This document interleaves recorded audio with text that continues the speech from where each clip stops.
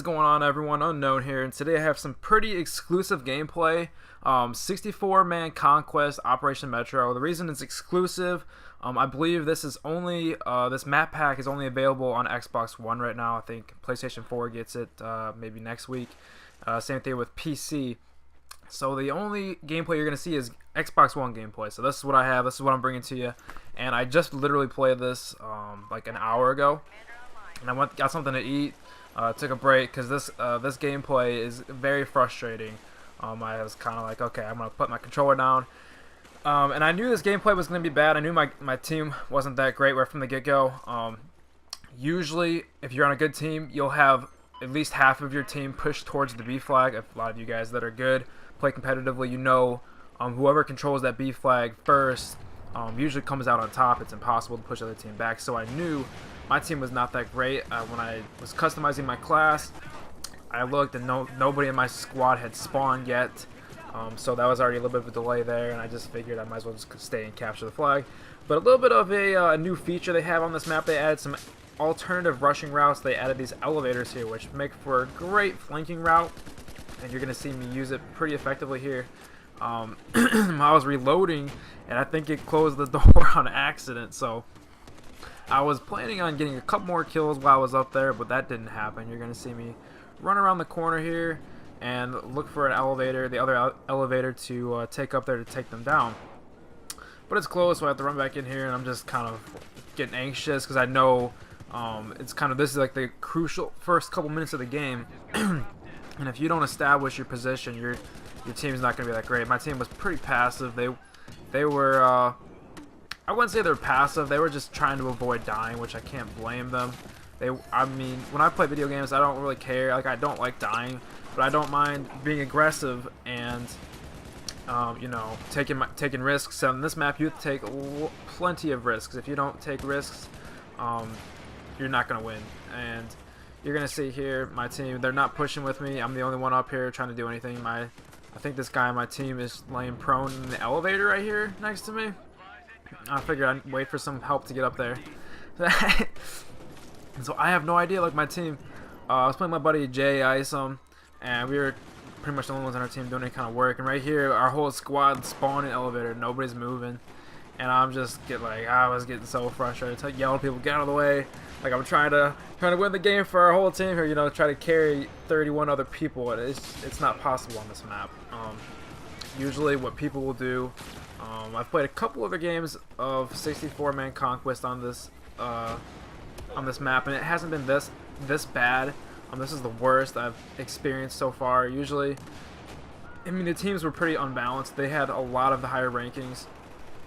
With these map packs, they're only available right now for people who either purchase the DLC or purchase premium, and which would primarily be only the hardcore Battlefield players or Battlefield fans.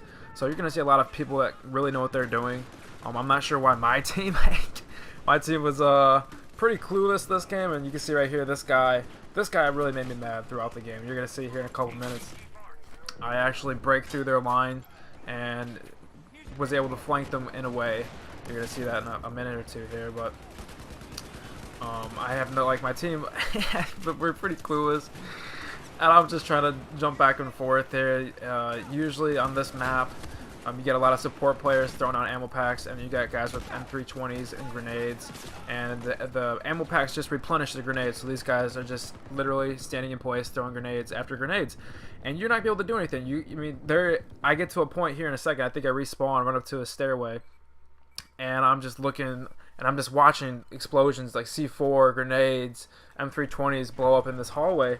And I'm just sitting there talking to my buddy. I'm like, man, there is nothing, like, you can't do anything right here.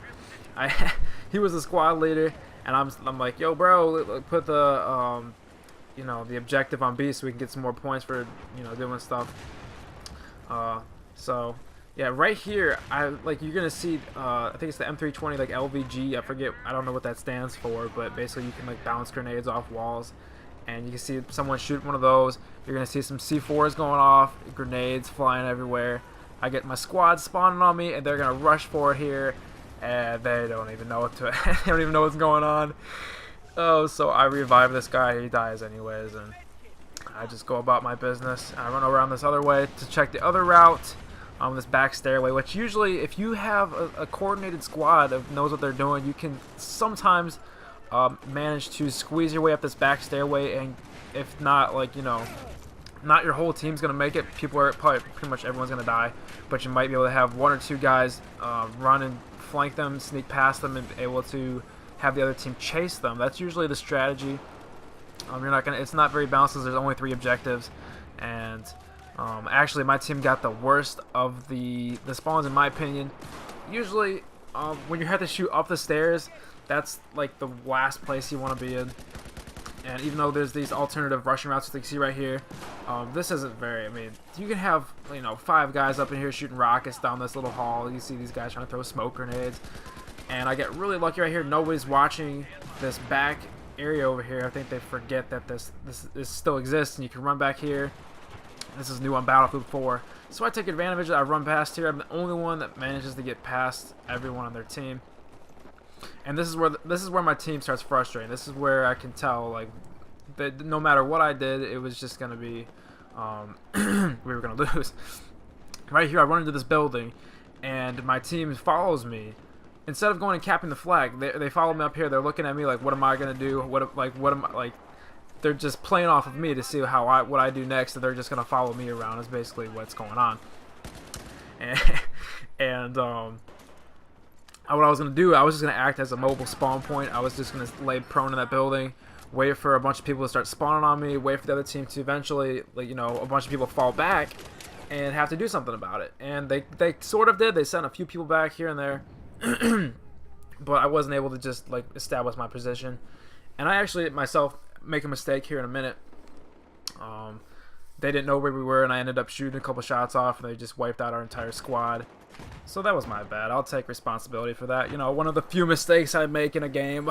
So this is where we start choking here pretty bad. I'm thinking, okay, this is going according to plan. We're finally taking this flag, but things start crumbling here in a minute. But anyways, I want to talk about something else besides the gameplay. I'll let you guys finish watching it or whatever. I might say a couple things here and there, but in case any of you were wondering about the rest of the maps, it's called the Second Assault map pack for Operation Metro and Operation Firestorm. And a lot of you might be wondering if you haven't played them yet. Might be PlayStation 4 players, or PC, whatever reason, might not have bought the premium yet. And you're wondering, should I buy it? Is it worth it? In my opinion, it really is not worth it. These maps visually look very good. The graphics, the things they added to this game, they look amazing. The detail, the evolution they put in these maps looks really cool. I'm not gonna lie, but I don't like the maps. I didn't like them in Battlefield 3. I don't like them in Battlefield 4. Operation Metro wasn't so bad. Maybe not on a 64-player server. I don't think I'm gonna play this again. A 64-player. Operation Locker's not that bad, but Operation Metro, this was pretty ugly. So maybe for Rush, maybe for a different game mode, maybe for less people, normal Conquest probably wouldn't be that bad. But so Operation Metro, I don't know, like, it's, you know, I guess it's an okay map to bring back. But okay, Caspian Border. It's Caspian Border. I didn't really care for it in Battlefield 3. It was just too big, even with 64 players. It seems like everybody gets up onto the main hill, if you guys know what I'm talking about. I don't know which flag it is, like C or D or whatever. Everyone gets up to the main hill, as whoever is not in a vehicle gets up on that hill, and they just camp up there with spawn beacons and motion sensors, and they shoot down at you. They get all their engineers to shoot at the tanks that try to run up there. So everyone else is just running around getting shot at, and there's not that much action except on the hill, and unless you control the hill, you're just gonna keep dying. So I don't really care for that map. Operation Firestorm, it looks a lot better. It really does. In Battlefield 3, it looked pretty plain. It wasn't that impressive. They add a lot of details with the flames coming out of different pipelines, and I don't know. They added some evolution, like you can blow some buildings up by detonating them, and you can kill the campers on top of the towers by pressing different buttons and like lighting them up, and they'll, like, flames will shoot out the top. It looks pretty cool. But again, the Operation Firestorm, people when people think of their favorite maps from Battlefield 3, they don't think, oh, Operation Operation Firestorm and Caspian Border. Oh, those were the best maps. Like, I don't really know that many people that think that way. I like Grand Bazaar. Grand Bazaar was a pretty cool map for Conquest and for Rush. That was like one of my favorite maps. They didn't bring that back. They brought back, what else did they bring back? They brought back Gulf of Omen, which wasn't that bad of a map. It's pretty cool now because they added a Levolution thing to it, which eliminates, if a lot of you guys that play Battlefield 3, you know that people would get up on top of like those huge buildings, like the multi-level buildings. They drive their choppers up there and they just sit up there with snipers. And the way they eliminated that is they added a huge, like a sandstorm about halfway through the game, kind of like Parasol Storm. You know how like the waves and stuff start coming in. It looks pretty cool. They added the sandstorm, so you can only see like maybe like 100 yards or so, maybe a couple hundred yards in front of you, and that's about the extent of your visual, reach. So you're struggling to see people that are standing right in front of you, to be honest. So it's pretty cool. I don't really mind it. But I mean, then again, there's better maps they could have brought back. I don't know. So I don't think if you guys don't purchase this, you're gonna be feeling like you're missing out. Unless you already got premium, then you get it for free anyways. So might as well play it anyways. But you'll probably get very frustrated playing this right now if you're playing, due to the players that are playing it. They know what they're doing. They're very skilled, and you're gonna run into a lot of people that know what they're doing on second assault gameplays. So I didn't really have that much of an issue here. Like I said, I'm more of an experienced player, but you can see a lot of the people on my team. My buddy Jay, he's very, very good player. He knows what he's doing in these games, but he was struggling himself because it's not even the fact that he was just doing bad, but you see these players. You see right here, the people just shooting M320s around corners. And there's not a whole lot you can do. I think all those guys just ran in there just to get wiped out. I'm running around here, and I'm just saying, man, there's nothing we can do. And I think right at the end, I managed to, right here, I was killed by Justin Bieber. Look at the guy's gamer tag, Justin Bieber. I was talking to the guys in the party chat, and they were just laughing at me. That guy was 15-1 because he was bipoded up on a head glitch, throwing grenades, throwing down C4, and just head glitching with the bipod LMG. So there's not, like, they have those stairs covered. They have every single checkpoint covered. They're even getting so ballsy that they're running down here and trying to take us out before we even get to the stairs. You see I picked this guy off. They already know they win the game, so they're just messing around here, just trying to pick up some extra kills before the game's over. That's pretty much what's going on here. Yeah, that's why I took a break after this was over and decided to make a commentary. A little bit about the gun I'm using. You guys might be wondering, you're using the SAR, and that's more of a long range kind of engagement kind of gun. It's very accurate. There's basically, you guys are watching this, there's no recoil when I'm using it, and I think it shoots around 600 rounds per minute, 600 RPM, and I don't know, it feels like the bullets just do a lot of damage. And the reason I use it for this no recoil is because when there's this much action going on with people shooting, there's always going to be someone shooting, someone just spraying with an LMG. People shooting rockets, and you're going to get suppressed, and your accuracy is going to be very poor. And that's why I'm using it. It's because when you start getting suppressed, your accuracy with this gun is really not going to be affected at all. You're still going to be shooting straight shots at guys. And you guys have pretty much seen this whole gameplay here that my shot was pretty accurate. Which, another thing, I'm starting to get used to these Xbox One controllers. I'll probably end up buying another scuff when they do release it for Xbox One, probably in the next couple months.